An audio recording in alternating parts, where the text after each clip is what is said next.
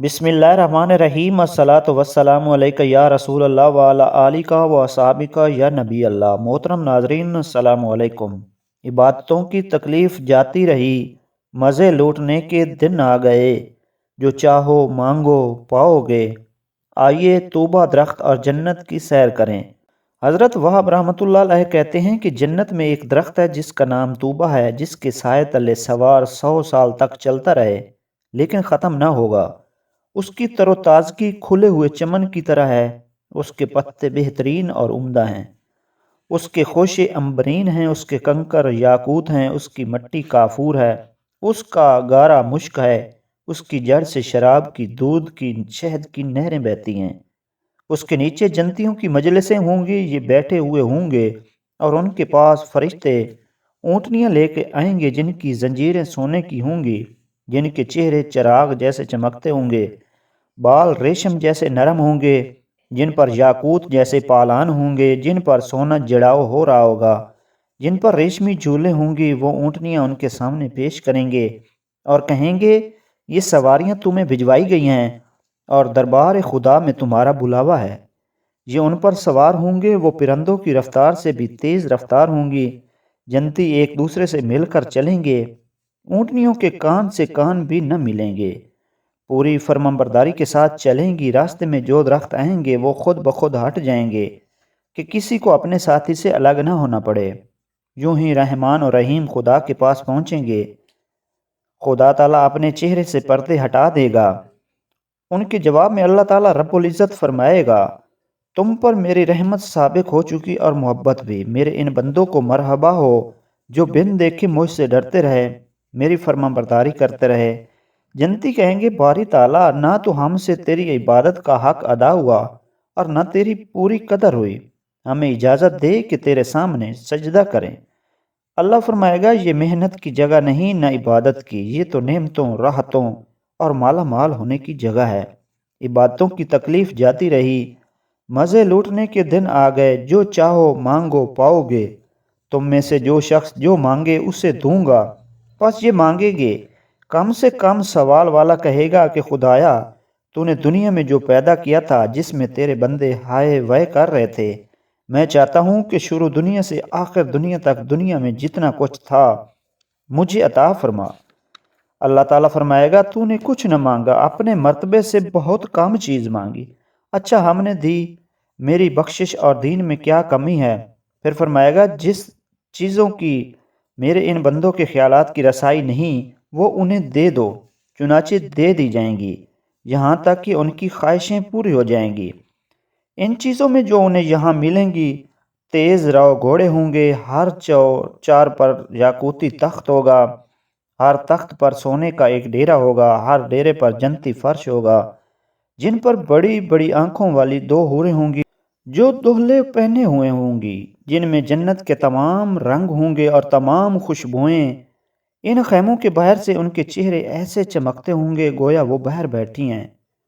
ان کی پنڈلیوں کے اندر کا گودا باہر سے نظر آ رہا ہوگا جیسے سرخ یاقوت میں ڈورا پرویا ہوا ہو اور وہ اوپر سے نظر آ رہا ہو۔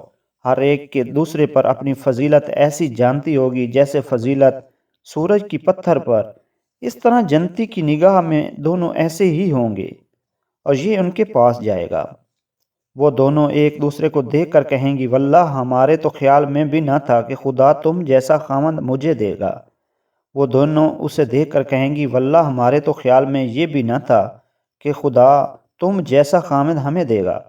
اب بحکم خدا اس طرح صف بندی کے ساتھ سواریوں پر یہ سوار ہوں گے اور اپنی منزلوں پر پہنچیں گے۔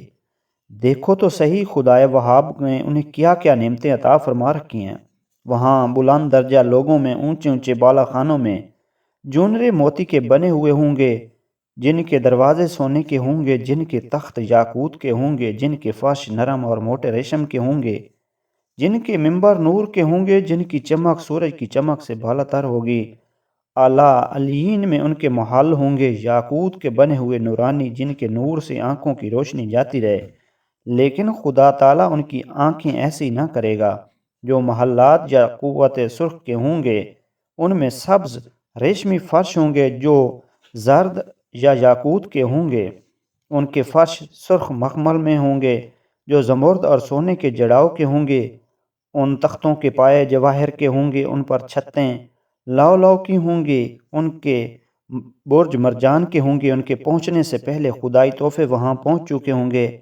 سفید یاقوتی گھوڑے غلمان لیے کھڑے ہوں گے جن کا سامان چاندی کا جڑا ہوگا، ان کے تخت پر اعلیٰ ریشمی نرم دبیز فرش بچھے ہوئے ہوں گے۔ یہ ان سواریوں پر سوار ہو کر بتکلف جنت میں جائیں گے، دیکھیں گے کہ ان کے گھروں کے پاس نورانی ممبروں پر فرشتے ان کے استقبال کے لیے بیٹھے ہوئے ہیں۔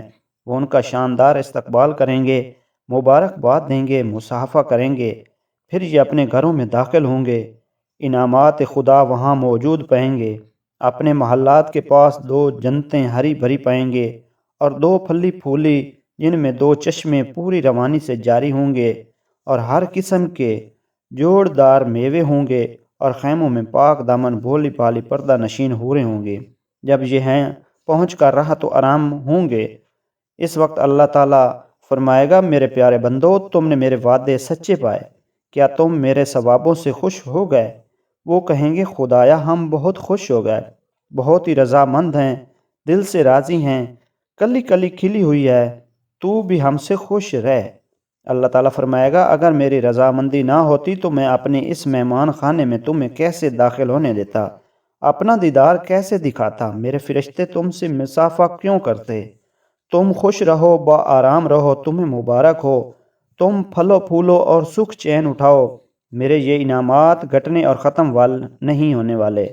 اس وقت وہ کہیں گے، خدا ہی کی ذات سزاوار تعریف ہے، جس نے ہم سے غم و رنج کو دور کیا اور ایسے مقام پر پہنچایا کہ ہمیں کوئی تکلیف کوئی مشقت نہیں ہے۔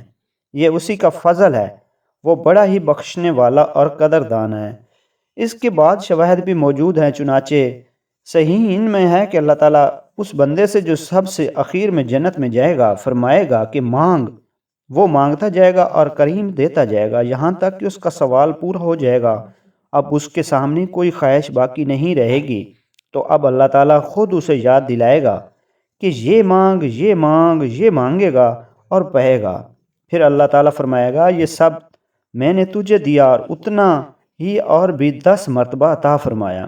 صحیح مسلم شریف کی قدسی حدیث میں ہے کہ اے میرے بندو، تمہارے اگلے پچھلے انسان جنات سب ایک میدان میں کھڑے ہو جائیں اور مجھ سے دعائیں کریں اور مانگیں، میں ہر ایک کے تمام سوالات پورے کروں، لیکن میرے ملک میں اتنی بھی کمی نہ آئے جتنی کمی سوئی کو سمندر میں ڈبونے سے سمندر کے پانی میں آئے۔ سبحان اللہ۔